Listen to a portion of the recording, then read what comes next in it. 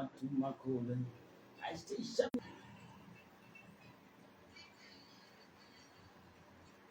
I hear me, Lord, I'm feeling lonely. As one as I'm super feel lonely because God, I guess on the day of my birthday, this is one of my best days that I will never forget in my life. I will not Mswatini, Ripava, Jehovah, Wangonzi, Mwari, waunoteya dena muona mukana wekutaura naye wobva angopindira soka zvese zvinobva zvaita right amasora seko muno mwake Taswira maskiro. aiwa tinotenda madzuka zvekare apano paushena fm nezuro ataimbotaura nawe kuti mukomana akagara panzvimbo anga ari pabetsaida Yes. agara pabetsaida pane zvaitoda kutoitiwa asi kuti munhu wacho akazosvikirwa nemunhu wamwari kuti ange achimuporesa but iye akatadza kuziva. Tikataura kuti nzvimbo sometimes nzvimbo yatiri inogona kucorrupt our mind to an extent that we feel ndo zvinotori life. That's true. So today what are we talking about? Nasiyada kutaura pamusoro pe-character. Character, yeah. And I'll take it to the book, yeah, Acts chapter 2. Mabasa Apostles chapter 2. There was a man wakanosomudzwa pagate na Peter and John. Vachaona kuti murume uyu wakasimudzwa anga ane problem. Akatakurwa kumba nevanhu vanomusiya pagate. So which means create a relationship. Akava ne good character despite kuti anga ane problem. Why? Because Peter and John havana kunomusimudzira kumba. Miracle yakaitika akava a distance iye ari munhu asingafambe. Which means create a relationship yakanaka nevanofamba unofambiswa pausingagoni kufamba. Saka chaakatanga kuita healing process yake relationship nevanhu vane simba vane effort yekumutakura inomuchita pane rimwe gate. Saka uchaona there are times yekuti kune zvakanaka zvofanira kuuya mulife mako, but it takes you, your character, your understanding, how you relate with people zvinokusvitsa paplace of miracle. Because hapana murume uyu paainosimudzirwa kumba and hapana murume uyu paaigona kufamba ega nokuti ane problem.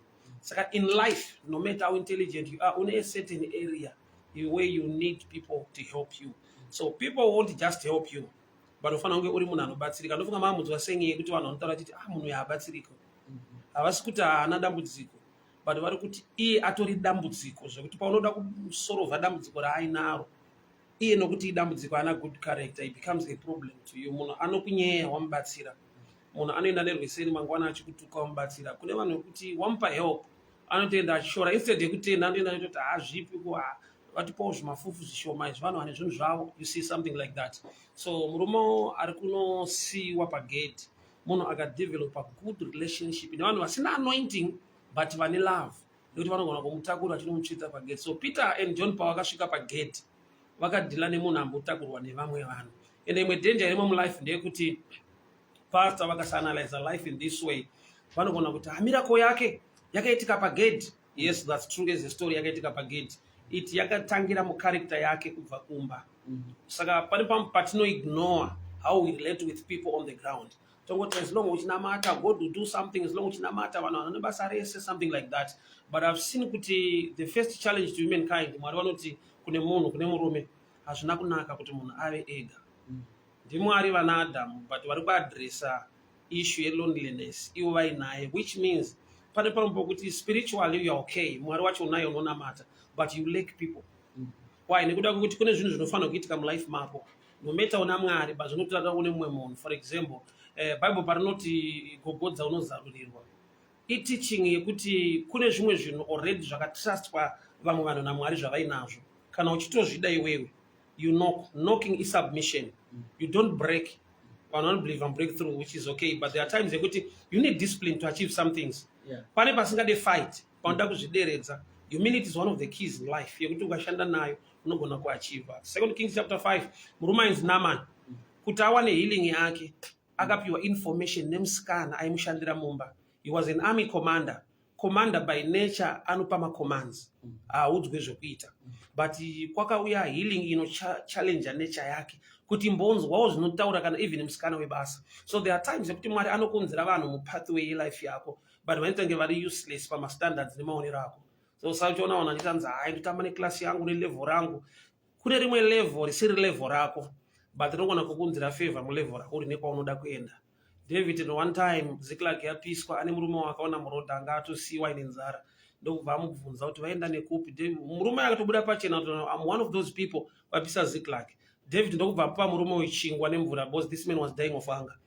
Paakafidha murume uyu aitofidha direction because Mwari vakamupa assurance kuti tevera unokunda, but havana kumupa direction, vakamupa assurance. So the challenge hombe iripo ndeyekuti sometimes Mwari vanokupa, let me put it this way, Mwari vanokupa half answer.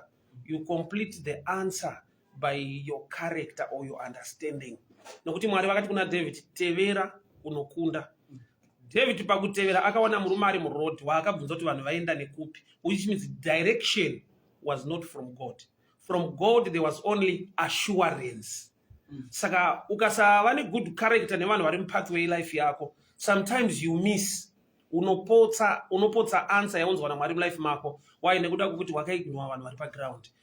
You know, people they pray for my destiny helper. Dai Mwari abudisa munhu anobatsira a destiny helper. I've discovered kuti munhu asingazive destiny yake must not pray for destiny helpers. He must firstly discover what's my destiny. Upenyu hwakananga kupi ndoita nezvei, because pakauya munhu arida kukuabusa but auya nesomething you think it is a destiny helper.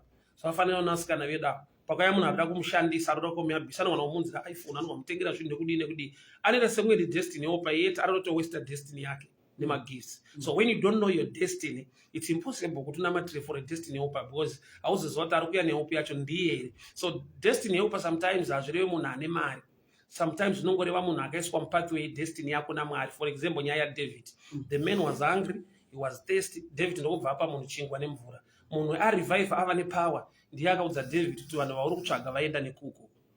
David akatevera akanokunda. So Mwari vatitevera unokunda, but mateverero akavigwa mucharacter yako. So God answers in halfway, but you complete the answer by developing a good character and the fear of God kuti zvako zviachivike mulife. Saka murume uyu aitakurwa nevanhu kunosiyiwa pagate. So Peter and John havana kunosumudza munhu kumba, vakasumudza munhu ambosumudzwa nevanhu kuti asvitswe padore gate. Saka kuti usumudzwe nevanhu vasiri mapastor vasina anointing, you must have a good relationship now, develop a good character, be a good person mu community. So pane pamwe pekuti vanhu they are too spiritual and they are avasi vanhu vari right in society. Unototi mataura nevanhu kuti ningi tonamata naye ndoshama antonamata naye. Why? Because the character vanhu vanonamata kuchechi ndoimwe challenge nevanhu. Vanhu vanonamata kuchechi but kunamata lifestyle yaunoportray even outside the church. So danger imwe ndeyekuti kuchechi you are a good person, society you are a bad person. Yeti Mwari answer yavada kunza mulife mako inotangira musociety. Those who can carry you to the beautiful gate. Then Peter and John paunosvika vachikusumudza uri munhu ambosumudzwa akatakurwa nevamwe vanhu kumaride. Saka pari pamwe kuti mamwe maanswers ari connected nekumaraini kwako. Maanswers ari connected nenyika yaunogara. Maanswers ari connected neenvironment yaunoswera. Mulife ndakasangana nevanhu vekuti akabudirira nokuti akaenda kuchikoro akapasa, nemumwe akazobudirira nokuti nyangwe akafoira kuchikoro but aiwirirana nevamwe kuchikoro zvakanaka zvokuti vakapasa pavakasumuka vakaenda mberi vakamurangarira. Saka unogona kubudirira nekuenda kuchikoro, kungoenda kwete kupasa, kungoenda. But ukava munhu aenda ane good mindset, ari a good person, some people will help you out. Achiti ndakadzidza naye zvofunga sati zvimwe makambodzidzwa muna achiti ndakadzidza nayo saka ndakazomushedza mufeso wangu, ndakadzidza naye utozivana. Pane imwe qualification inonzi tozivana, ndakadzidza naye ataigara muraini rimwe chete, takatamba tese bhora but mutimu nemakawanda but inonzi takatamba tese bhora matambiro au yamaireleza. So a good character is also one of the keys in life ye success. Vanhu vakabata mamwe makeys akawanda but pane imwe key inonzi be a good person. Kungova munhu ari right, munhu anogona kugamuchira vamwe. Muchaona kuti nyaya yaLot, maangels akaenda kuSodoma neGomora haana kusvikira kumba kwaLot. Bhaibheri rangu rinoti pana Genesis 18, Lot akagara paCity Square akaona varume ava akavakumbira kuenda navo kumba, akavagombedzera kuti handei munorara kumba kwangu. Havana kusvikira kumba kwaLot, vakasikira paCity Square pagedhe reguta. He was just being a good person. Akatora maangels akaenda nawo kumba akavabikira vakadya. Mangwana vakazobuda, vhangeri rataurwa kunzi aya kune moto uchayobudai. Kureva kuti havana kusvika vachiparidza kuti kuchanaya moto, anenge atibata zvakanaka, ndiye achabudirira. Just being a good person akahandla ma-strangers and mamwe acho aiva ma-angels. So you see with life pane pamwe pakuti your character matters. No matter how prayerful you are, just be a good person. Why? Because hausi kuziva kuti uri kudhila naye mune zvakanaka nhasi, ramangwana rake rakamira sei. Tine vanhu vasimuka mulife necharacter, character ikava qualification. How I got to Harare, ndagara kumazoe. I met an old man, angaponjerwa nevhiri rake remote, a white man aenda kutamba golf. Some of my guys know what akuda kushandiswa uyu mafama abhadhara, ndikati I have nothing to lose. Andina kunonoka kwandiri kuenda. Then ndakachinja vhiri remuvheti ndobva ndipa business card. Hapana kuita 2 months, ndobva azondifonera kuti I'm looking for you, ndaopen a company in town, just come. Ndakaenda kucompany ikoko. Ndasvika pabasa, ndaingofunga ndichangoitawo rimwe mwereri semunhu angandionawo muroad. Ndobva nditi I want you to supervise these guys. No, my papers ekuchikoro anakumira zvakanaka. No. What you did to me, you showed me to be a good person. So you deserve something good. So being good became a qualification yekulida vanhu vane mapapers anotodarika angu. Why? Nekuda kwekuti nekana mulife Bible rangu roti time and chance are given to all. So ku understand that this is my chance, this is my time, it's a revelation. Nekuti pamwe pacho unotopfuurira pane blessing uchienda kusina rupafadzo. Vamwe vangu vakaignore kubatsira muvheti kuchinja vhiri. Kwavakaendeko kwakana chakanaka chakabuda. But ipapo pavakandisiya ndo pakabuda zvakanaka zveupenyu hwangu. Saka mulife x3 murume uyu haana kunotorwa kumba, haana kubatsirwa ari kumaraini. Ari kumaraini aine problem, anga ari munhu ari bold. Sometimes munhu ane problem anorarama life iye bitterness. Munhu ane dambudziko, munhu akurira muurombo, mukushaya, mukuvengwa nekudii, anopedzisira abita. Of which zvinhu zvakaoma, but you will be a good person. Nhamo ndeyekuti kana munhu akaomerwa anoswera aine hasha. Kana munhu upenyu hwakaoma anoswera asingagoni. Kune munhu anotadza kungokwazisa munhu waine kuda kwokuti aswera nenzara. Why? Because ndo zvinoitika. The environment ikava bitter, it gets inside you. Sachanda kuti munhu atange kuresista mamiriro ekunze arigere kupinda mauri. Kwawatukwa ikoko, kwawasvika, it's a new place, a new environment ine vanhu vatsva. Just be a good person. Saka quality yo, key yo, yekuva ne good character, being a good person in the society. Vanhu vanai underrated. Vanenge kuti baba ndonokwira mugomo unamate. Kunamata kuna master key, kune ma keys. Peter anonzi yes, I give you the keys of the kingdom, which means there are many doors. And ma keys acha hapindirani. Pane panoandolokwa ne fasting, pane panoandolokwa ne prayer, pane panoandolokwa ne worship, pane panoandolokwa ne character, pane panoandolokwa ne humility. So pane imwe life yekuti offer yako ye breakthrough iri mu humility. Then uri mu environment yekuti you can't be humble. Do you know in current life kuti munhu anodada nokuti ane zvinhu. That's discover kuti kune mweya wokuti munhu anongodada. There are some people kuti vakakuitira zvavakuitira vakushainira ukasangana nawo mangwana you wonder kuti nerafu yaita ndo life yanorarama. Why? Because it's a spirit. Pane vanhu vanoshaina vasina chinhu. Kune munhu anotuka vanazvo iye asina. So pamwe pacho unzwa spirit yakadominate mumunhu yakabata muupenyu hwake zvokuti pane hope yake ndo paanofighta. Pese pane blessing yake. Saka blessing ikavigwa mu character vashoma vanogona kuinonga nokuti vazhinji vanoitsvagira kuprayer. Blessing ikavigwa mu discipline vashoma vanoiwana nokuti vazhinji vacho vanoitsvagira mukungwarisa nemukurongeka. It's good kwa munhu akarongeka, but there are times you need to be humble. So murume uyu waitakurika despite kuti anga ane problem, but aiva a good person. Aitakurika kusvika vanhu vasacrifice kuti kana tikangosumuka tichienda, let's carry this man. Imagine kuti varume vakuru vaitakura mumwe murume kuti aigona kutamba nevanhu zvokuti vanhu vaisacrifice their power and their time yekuti let's help this man. Kuti you develop a character yekuti vanhu vanonzwa kuti we need to do something in your life. So life inodaro kuti imwe key life iri kupotswa nemunhu is not being a good person. Chete. Ende unogona kufurirwa nevanhu. Kutuka unoziva kuti rumwe ngoro nevamwe vanhu mazuva ano harisiro kuti vakatadzirwa. Vanhu vanotadzirana, kutsvaga vanosympathize vanomira navo kuti ndinge haasi right. Haasi right kune shamwari yako, but haasi right kwauri here. It's another story. Yeah. Saka tine vanhu vano hotspot warivengo, even my families unozoona kuti munhu anondivenga but handizivi. Yeah. Apedza kushora nekukutuka nekubvunza kuti dzinoita nezvezvi. Saka ungochimuvengere uchimutukirei. Why? Vanhu vano hotspot warivengo, vanovenga vanhu vasina kuvatadzira, vanhu vasiri kunyatsoziva kuti vakatadza here. Because ndikavenga mumwe munhu ndinogona kutsvaga vanhu kuprova kuti you are loyal to me, unofanira kuvenga munhu wandakavenga. Ndo nature yevanhu. Kuti as long uchiwirana neenemy yangu, waprova kuti uri enemy kwandiri. But hazvina kumira sekudaro. Why? Because munhu anogona kunge ari enemy yako ndi destiny yeupa wangu. So ndikakujoina kuvenga munhu anobatsira upenyu hwangu, I'm being foolish. In life you need wisdom. Pane pamwe pokuti unohotspot warivengo wevenga munhu waunoti ane potential to help you. But nekuti avengana neshamwari yako, so to you automatically ava enemy. So murume uyo waitakurwa nevanhu achinotsvetwa pagate. It was a daily thing. Nokuti Bible rinoti daily vaitakura murume uyu vachinomusiya pagate. So daily miracle zona rasvika. Une madays aunotakurwa pasina miracle, but you must remain a good person. Nokuti unogona kubva kwakumba kuti hapana chiri kubuda, hapana chiri kuita, tata unopisira kunetsana nevanhu. Zvimwe zvinhu mulife zvinodemanda patience. Vanhu vanogona kutadza kuziva kuti munhu akabva kupi zvakafamba sei kuti asvike para. People, they admire the glory, they don't want to hear the story. In nature yevanhu kuti uyu asumuka mwana waDavid akamita mambo kuEgypt. There was a pathway yekutengeswa nevakoma.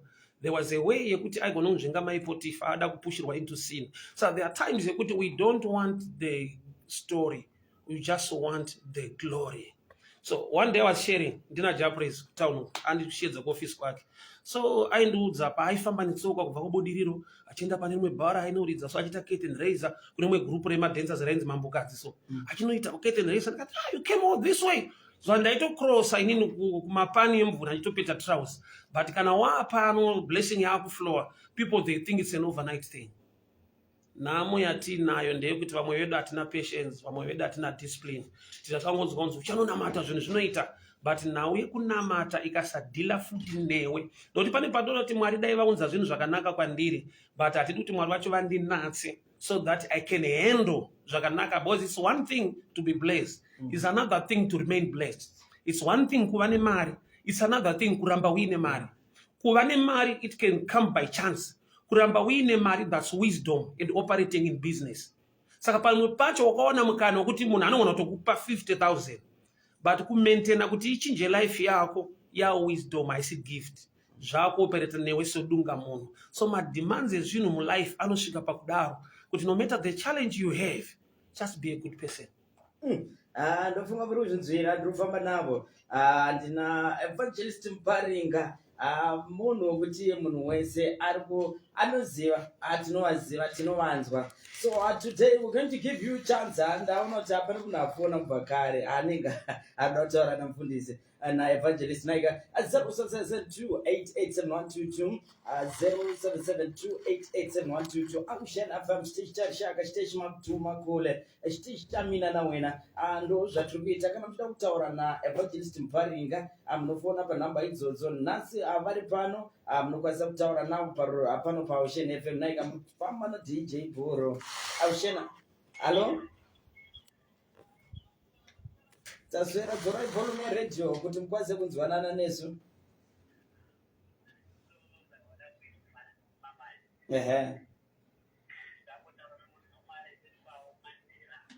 Aiwa, ndomukana ndiwoyo kuti mukwanise kutaura navo.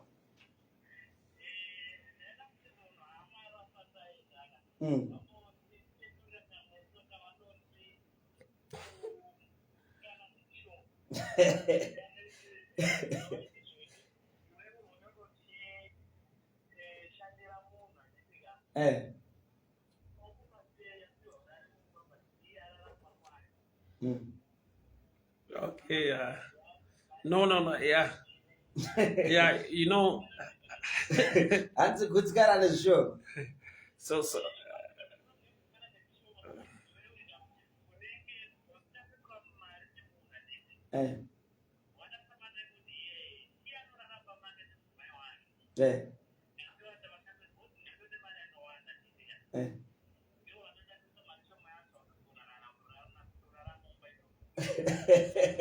Yakutenderedza misoro ane mari yakawanda anogona kuraramba make, asi iwe une shoma ndiwo unogona kutonoispenda nanasisi vakawanda.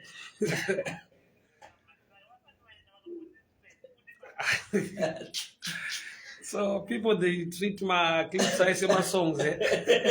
You know, it's hard to repeat, yeah. But the concept I don't understand now. Because I see song.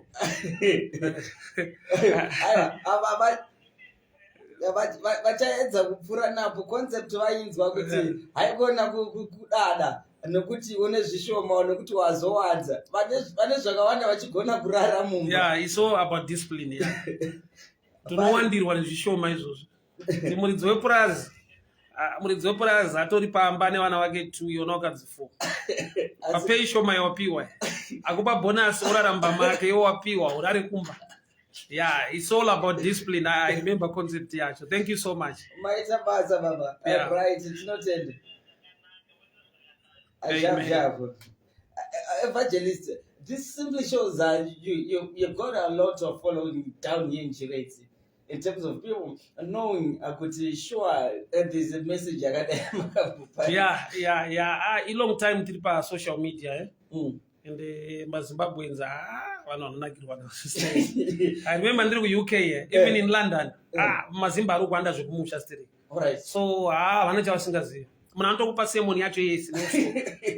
And I thank God for that. Yeah. 0772887122 nhasi tiri pano paushana ndakatandara zvangu ndina Evangelist Mparinga ndova ndofamba navo nhasi hanzita ndinoitwa DJ Puro.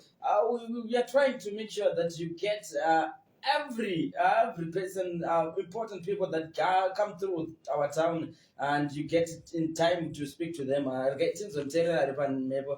Hello? I have baby baba zvifambele. Aiwa kubidi zvabada baba. Tinawo Evangelist.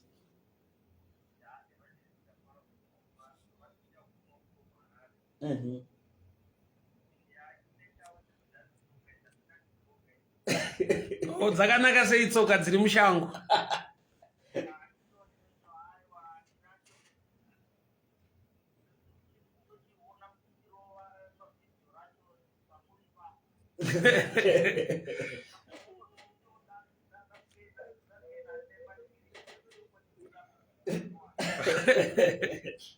Aiwa tutsara dari muri kupingo. Baba maga, mwane zara kanaka baba maga. Heavy. Aiwa ukoona vanhu varizwa eZipo Valley vachipinda ka. This is the outer part of the town, and is mine setup.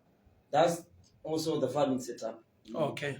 Yeah. Like you always say, kuti nini ndakakurira mumine. Yes, yeah. The beauty of it, kuti vanhu vari mumafarms vari kutoteererawo your message and vachibatsirika and they get motivated. It's something that we all say it's a wonderful thing, and you coming through as well. It's something that we humbly and appreciate. 0772887122 kana muchida kutaura naEvangelist Mparinga vari pano. Iko zvino inini handichatauri, makutaura navo direct because inini ndinotaurisa semunhu ane birthday nhasi ka. Saka ndakutaurisa ameno imimi. Hello? Heavy mama, taurai navo Evangelist.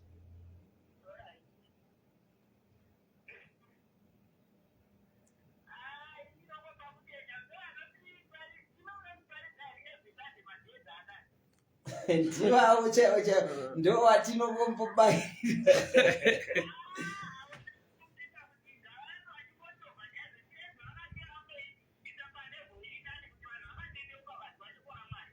Tinotenda zvikuru mama.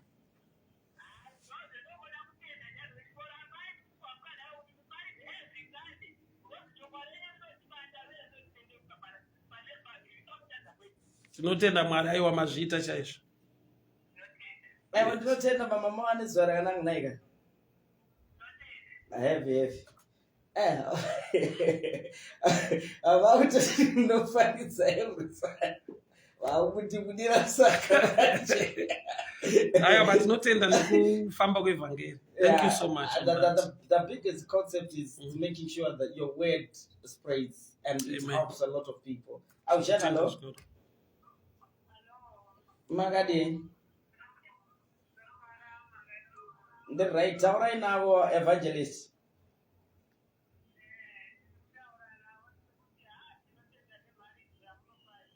Tinotenda zvikuru mama.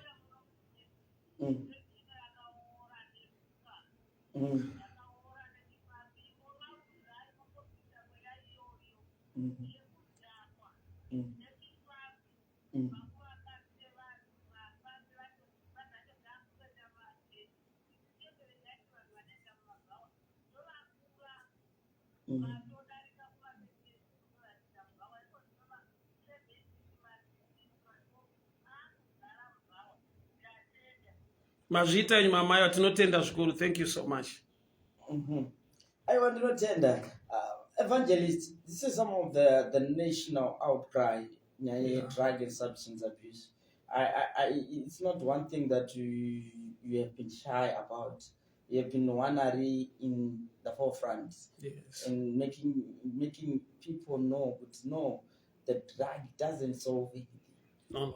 And also the issue of marriage. When we talk on that Remachinda, yes. All right. You have been talking the real thing and saying it is as it is on that platform. Kana munhu achinge akatotadza munotongotaura kuti aichichipambi hanzi wakambura. Oh, na evangelist Marufu musti kukambura. So you find that's what we also feel it's very important that you always get time to share with us as a nation. Kuti vanhu vanzwisise kuti the direction that they are taking, sometimes the devil is taking control, and if we can't kasasvinura tinogona kutoti handoo zvako zvamaitaura kuti munhu akagarisa munzvimbo anogona kutofunga sokuti ndo zvatovapo, when that's not it. Like ishe madrugs, challenge iripo ndeyekuti chiri kutsvagwa nawo madrugs. Church tineka slight era katakaita, but we are coming there to help in nekudai so. Vanhu vanofunga kuti kuchurch kunobohwa. Kuti kwakacreatwa a church system yekuti unonzwa sekunge kusungirirwa kunge zvinobohwa kunge hakuna joy and everything. Yet the house of God inofanira kunge ine joy. But concept yakauya nayo kare yechurch ndeyekuti vamwe teiti umanikidzwa kuenda kuchurch. Why? Because 7 vadiki unoshaya the party inokwana your level of understanding and doing things like the youth ku church. So we have come up with a concept yekuti they must have joy in the house of God. Joy was kufara muna Mwari kuri very possible. Amusati munzwa munhu achitanza tiri kunyika vachipupura kuchechi, tiri kunyika takambofara isusu. Mukatotaya kuti zvinoita senge kuchechi kuno vanhu kuzotsama. Vanhu vanozongoti kuchema. Yeah, we must create an environment iri right. Zviri possible kufara uchinamata Mwari. Aisinyaya kungochema chete. There is also joy in the Lord. Paul anoti rejoice, or I said rejoice. Very possible. Ndakambotaura neimwe muchinda 2017 ndaenda Cape Town. There's a soccer star we South African Teko Modise. I had lunch with him. Because mfana wangu I'm driving and a contract naye. I got to Cape Town. So takaenda ku lunch ndo bakandiudza kuti chakandi delay kuenda ku time for a long time. Vanhu vacho ku church vanopresenta type yomwari are very harsh, are very tough. Ukuthi uri kuenda unenge uri kuenda ku judgment kunotongwa nekuti havandi created the path yekuti kunogona kutofara tichinamata Mwari takasununguka. Yeah. Tonoto saka tineka era katina kusaka wapana chauri kutsvaga madrugs kufara. Yeti muna Mwari wacho mufaro urimo. But the church yakaisa a system yoita senge kufara imhosva kana uchinamata. Anzi munashe ndinopamizira zvekuti fara. Yes. You see, ndikafamba nine short kana mutauna unozi ndiye mufundisi. Asi boss mufundisi anofana kufika trials even kuchipisa. Unofana kuchira calling ngayo kupisa. So tine picture yamufundisi ukuthi anenge achingofamba mumakona zvokuti ukatofara kwasa totora mafoto zina vanhu. Tosikirira vanhu. Then vanoti akuna mufundisi akadai kubva sununguka kudaro kutenga sadza kana parenka utodya sadza. Iwo zvirizobaba zvizoba. Yet ndakadanirwa vanhu. I must connect with people. Vanhu ngavanzwe kuti saka Mwari anototida zvatiri kuita izvi. Ngadya nawo sadza parengi taita nyaya. Very possible. God is love. But takaportray a picture yekuti mufaro uri kutsvagwa nevafana kumadrugs. Kuchechi wakaupiwa uri hafu nekuti zvoita senge kufara imhosva. Andina muri kuzvinzwira kuti chechi kwenye yangona kuzongorwa masirious nge vanhu vatopinda mudenga kudhara. Tinoda kuti timboitawo zvepano, but zvine malimits, zvine maguidelines ekuti sadza aiwa braai inoitwa munhu waMwari. Yes. Atina kutendei munobra hapasi kubhuya nyama yemunhu. Yes. Inyama yemombe yatinodya kana yabikwa, nemunyama yehuku, nemasausage waya atinoti aitwa, but kaonekwa mufundisi achiita braai. Mamona michato yemakristu aparidzwe gospel music. Panorwa rumba baba. Yeah. Unoti vanhu vanenge vachiita zvekunyeperana. Vari mudzimba umu vanotonzwa rumba. Jesu akabvunza dzidzi dzake vanhu vanoditani. Kuti zvevanhu tozvinzwa. Zvinotaura tozvinzwa. Inoridzwa yekunyika ndozvinzwa. Masongs ana jaha ana wikiti ndomanzwa. Tinoada pamuchato. But pane nguva yekuti unyatsoona kunge unenge utenga watoita Satani ukanzwa zvinhu izvozvo. no entertainment pane painogumira, but that part in you inodiwa. You see, saka chechi tikanyima vanhu chinhu icho chinenge kufara, vanotsvaga mufaro mukudhakwa, vanotsvaga mufaro mukuputa mbanje, vanotsvaga mufaro mumadrugs. Yet it's possible kuva a believer anotofara. Yeah, because you find ndo pamunozoona vana vakuti makagara muchechi mwe chete idzona dzichimbogoja right akuita sekuti mutadzi but atori munhu atori right. Ndakaona uchisana naro ndaenda pamashops ndidya sadza pamashops kuti asiri muparinga azviite. Hakuna mufundisi akadaro ari pakati pavanhu avari kudya sadza azviite. Vane picha yemufundisi wekuti unongochitiza vanhu uchityisa mucommunity, so munhu akakuona akabata mudzanga anofanira kukanda paso tsika. No, people must be open to ndokuti ugone kubatsirana nevanhu ukarelata navo on their level. Jesu chakamupa kuenda kumba kwaZakeyo, concept yevhangeri nderekuti unotogona kugamuchirwa palevel yako kuti ugone kubviswa ikoko. As 0728871222 ndo namba dzacho. Atangosana maminitsi 5 basi atobva tatoti afundise zvinenge zvakwana izvi zvanhasi. Avo vanenge vakuzopedzisa havo mangwana ndo patinenge tichipedzisa. I believe tomorrow that's your last day in town. Yes. So tomorrow that's the last day we're going to have a discussion. Amen. Aushena lo? Heavy jamba ma zviri sei? Taura navo mufundisi vari pano. Bhatisa. Inini zvangu mufundisi.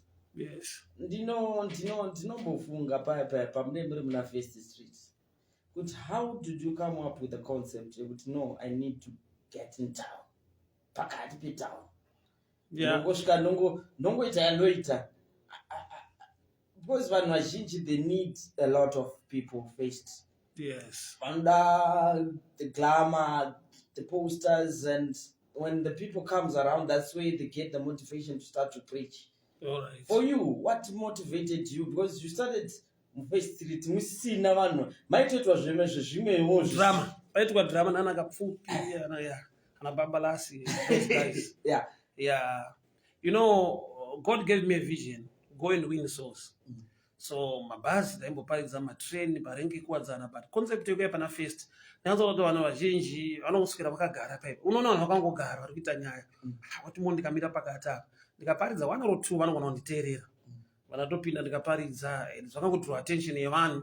Ma first days vanhu vaiva vashoma kusvika pakuteta stampede yekuti vanhu vanopedzera vakutoda kubata pekugara. Pamwe pacho unotofonerwa vanonoka mufundisi vanotagara pana pamuri kupi. Why? Because zvakanaka kuti chechi imboenda kuvanhu. Pane kuti vanhu uyai kuchechi. Ekuti uyai kuchechi vanhu vanofila kunge aiwa muda kuti nets, but chechi ikaenda kuvanhu vanogona kuzvigamuchira because paroti chakamunakira kuti hapabviswe rente, hapabhadharwe magetsi, hapana chii, saka icheche mahara. Ingori free to anyone. Unosumuka uchibuda mahara, hapana mutemo, hapana maasha, hapana chii. Vanhu vanoda freedom kanenge ikako so. Kuti ichechi yekuti ukangoti ndakuenda wakutenda. Saka environment iyo kune vakaigamuchira, but pakapesera patoni discipline ngepachechi. But hata nemadhara aita nge maelders panzvimbo ipapo. Waitosika vanzonzi avashaike ende ukada kuita zvamanga-manga vanosumuka kuti bva pano. So ndakatenda Mwari ne-that door vakavhura, and now Marare almost every street chichakunakidza chinhu it's hard kutanga, but kana chatangwa it's easy for people to follow. Vanhu vanoda inspiration. So a lot of people are preaching now, and I'm happy because sometimes they could travel. I'm not always in Harare. Saka kuti ndinzi paimboparidzwa namuparinga vanhu ngavapsvike pachiparidzwa. So indiri munhu akaaccommodata vanhu vakawanda nekufara kuti kana vanhu Mwari atomutsa vanhu vakawanda, it's good kuti basa raMwari riite. No need for jealousy. There's no time for the word has to be preached. Yes, whether ndiripo, yes, shoko ngariparidzwe. Audiwateereri muri kuvanzwa nhasi ndinawo Evangelist Muparinga. So today you're continuing with the service yamuri kuita pa-AFM of Zimbabwe ku opposite Chisa complex, and ndoko vanenge vari vachitobva panapa iwo ukanonoka nezuro ndakanzoti mama patova nestambidi macheya akatoita mashoma. So iwo ukanonoka unonogara zasi kwekupedzisira kuti hauoni chiso chako, hapana matv, saka chitokurumidza kugara vadononini vanobata nzvimbo. Asi hatizosiyikwa chikwama chedu, hanzi panoti panofamba munhu kuti hai vanoda chimboendawo kana chikwama chako worega kuti munhu waMwariwo, hanzi nyota kwedu kuya tinoti nyota madzisaura nyota ko munhu waMwari ko anenge achizodawo kwakuti alright avasiwo vataura ndini havana kundiudza havana kugara vatombotaura nyaya yekuti kwanzi nyota. Ini ndingati munhu waMwari kana achinga ayenkera yanikera ndinaye makoho munomu wanyararisa asawira mazuva kana kwasvika vaona vhangeri raimboparidza kumashure kana vana Simon Peter nana Paul vapinda vaitosvika kune vaitoparidza but vadzidzi vaJesu vaiti kana vachinge vasvika vaitomboti vafundisi veko chimbogarai kwasvika Paul wakanga ane kumwe kuzodza kune malevel vanoziva kuzodza kune malevel ende denga harina jealous. Mwari unoti ndinoropafadza wandada saka the moment unosvika ukaona pasvika emuranda waMwari kana neni ndofunga ndokwandinotota navo ndikangovachimbaridza musharuka ava andinonzwa mweya wangu uchiinda padhuze naMwari. And ivhangeri yavo ndinoidira kuti inonzi gospel power, inonzi end time message and iri free to everybody. Hakuna munhu anomeserwa, kuna Mwari akuomeserwa. That's true. And hakusiko kuchizira munhu kwasai munamata Mwari zvinodai unoona kana Mwari unodai Mwari denanga ari Mwari unotsinye unaka waida yakauraya Satani ndochokwadi akimureserere munozwa nemukurumbira hondo nokuita zvese zvaifanira kudai Mwari akati akaitochivanya vese but Mwari nanhasi Satani mupenyu akatomupa mukana wekuti inde ndobva atopa futi isu mukanazve wekuti itai ndobvangeri murumo ndoifarira ndechoisi sezvakaketwa naMwari. Amen. Aina chechi chechi inonzi chechi yaMwari ndeavo vanoita kuda kwaBaba vari kudenga. Saka uri kwauriko kamene uri kupi ukangokashira chokwadi chaMwari icho ndosaka ndinzwa ndichisvika pana ndoti guys handineni kuti wakadhakwa handineni kuti uri kuitei kana une zvivi zvipi. Mwari wakati wakasika munhu nemufananidzo wekuti amude agomunamadza. Saka vazhinji vanodhuya kupupure uite yatova imwe nyaya kurumbidza Mwari hakunene kururama kwose kwaunofunga avo kwausaka kurumbidza Mwari kungoti Mwari ndinokutenda neupenyu hwamakandipa nepamandisvitsa fusto. Vanozobhuwa kuti kandakupa kuda kuparidza manje vakonengaasika pane network wakutopinda ini ndine evangelist wakuda kupinda pamberi pangu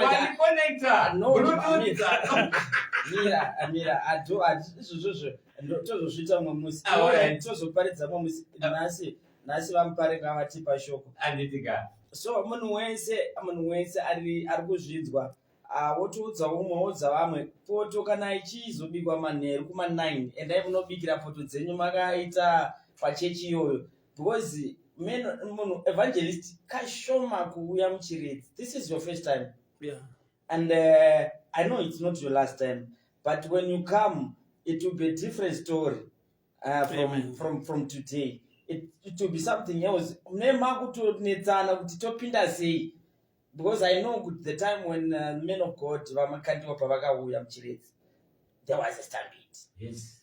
So nhasi tatombokupai mukana wekuti vakupe 3 days non-stop vari paredhiyo. Isusu tichitenge takutotambura kuti tovabata sei